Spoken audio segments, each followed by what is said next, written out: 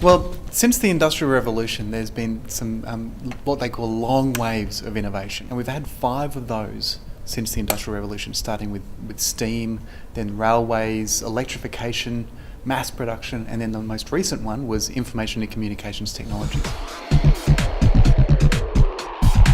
Well, our bold prediction is that basically the 6th wave of innovation will be driven by resource efficiency and resource scarcity.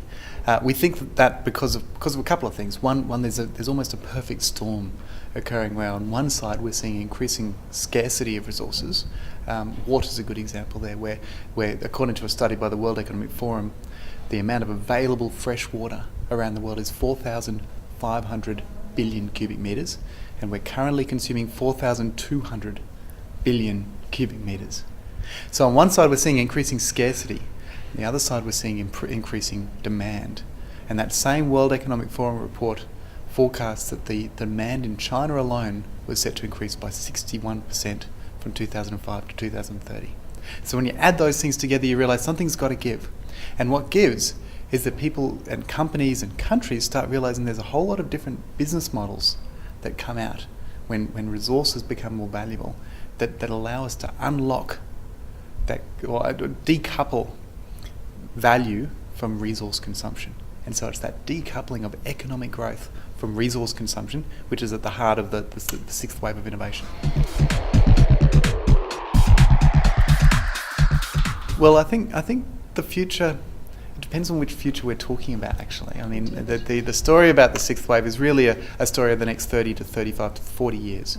And in that picture, we try to paint a picture where we actually have succeeded in decoupling economic growth from resource consumption. And there's a whole reasons why we have succeeded in doing that. But if you really run forward that long-term future, there's a couple of things you start to see. One is we have removed a lot of waste from our systems. The second is the things we consume, which is food and stuff like that, we get that from as local as possible. But the things we use, like the services, we can get them from anywhere in the world. The third piece of that future is because you need to underpin these service business models and to discover the waste, you actually need a lot of information.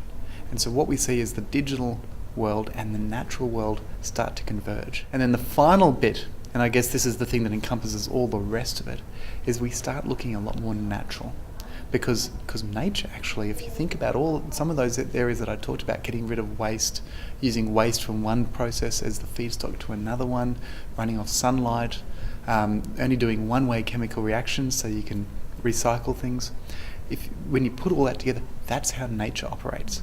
And so we'll see a future that starts to look a lot more integrated with nature and copies nature a bit more.